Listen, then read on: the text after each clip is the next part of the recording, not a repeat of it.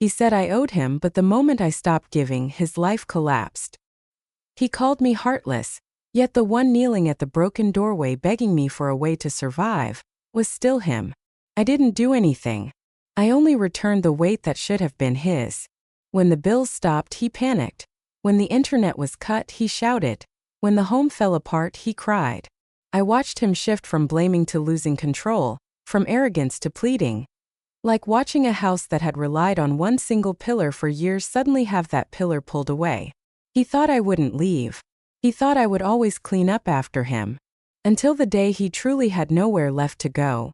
Left with nothing but disgrace and regret.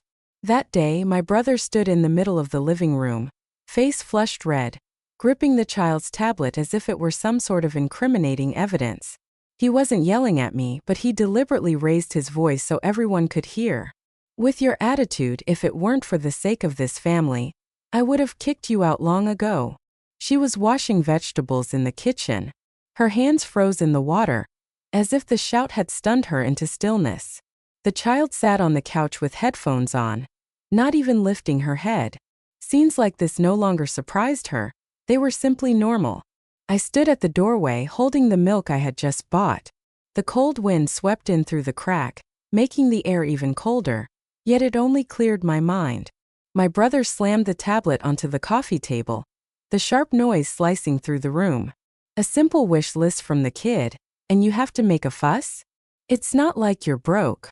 I put the milk into the fridge and closed the door, my voice flat, like I was stating a number in a report. She doesn't want presents. She wants me to take responsibility for the entire household. That hit a nerve. He stormed up to me and pointed at my face.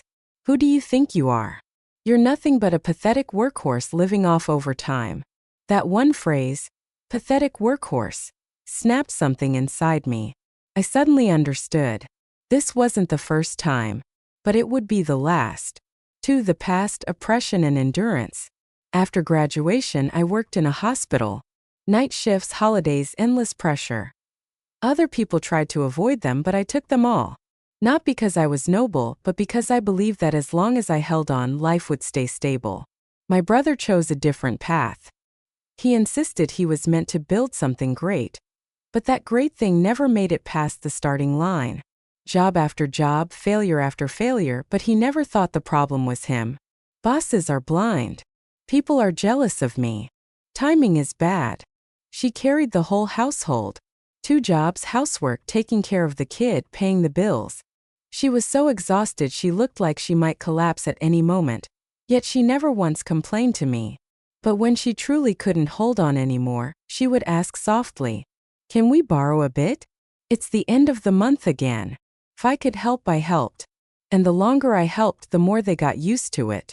Used to me always having. Used to me always giving. Used to me always being responsible. Even believing I owed them. Even the child learned it. She wasn't cruel. She just adapted to the rules of the house. If she couldn't get something, she complained, cried, pressured. Because someone would always give in. I thought that was family support. But that day I finally understood. It wasn't support. It was extraction. 3. The revenge begins. Step 1. Removing the safety net. After that fight, I went back to my room and opened my banking app. I wasn't seeking revenge. I simply decided to stop carrying their lives. I canceled one by one. Automatic payment for electricity. Automatic payment for internet. Automatic payment for water. Every bill tied to their household disappeared within minutes.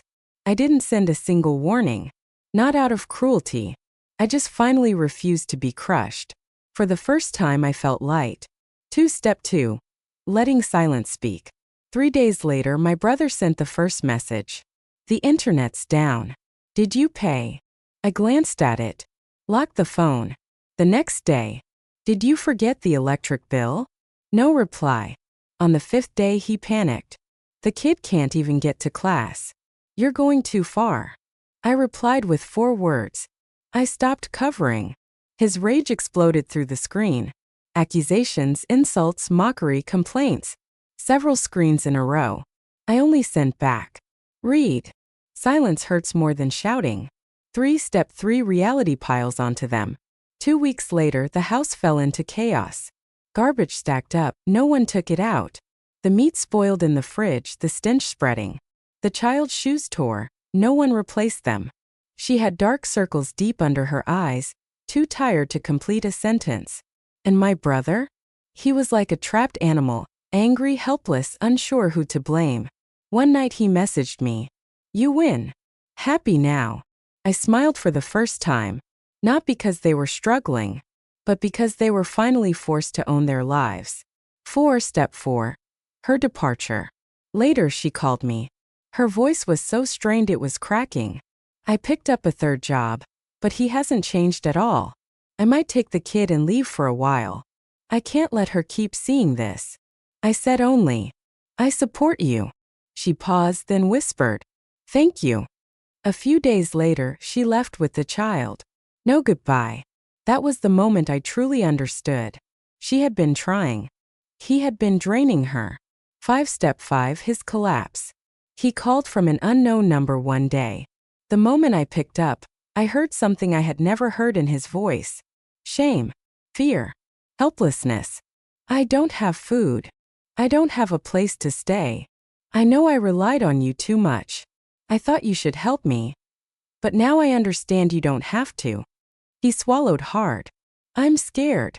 That "I'm scared" was louder than any screaming he had ever done. I said quietly, "I can help you find work. I won't give money." No anger from him. Just, "I understand. Thank you." For the first time, my brother admitted, I hadn't changed. He had to. Step 6. Revenge completed. I helped him get a job at the hospital, the hardest, dirtiest night shift cleaning position. Low pay, rough environment, but stable. He asked, "Enough to live?" "Enough to eat," I said. "Not enough to waste." He took a breath. "I'll do it." From day one, he was assigned the hardest areas: mopping the ER floors, cleaning bloodstains, emptying buckets full of vomit. No one knew he was my brother. No one protected him. No one carried his load. 3 weeks later, his supervisor told me, "The new guy works harder than anyone." I nodded. My revenge was complete, not because he suffered, but because he finally carried his own weight. Ending. The day he got his first paycheck, he sent a message. "First time I feel like I earned something myself." Soon after, he moved into a tiny apartment, old cheap bare furniture, but all paid for by him. He stood inside that small room and told me, "I want the kid to visit. Not so she'll be proud, but so she knows I'm starting over." I nodded. The day I stopped giving was the day he began to grow. And I finally stopped being the indispensable workhorse and became someone who only had to carry my own life.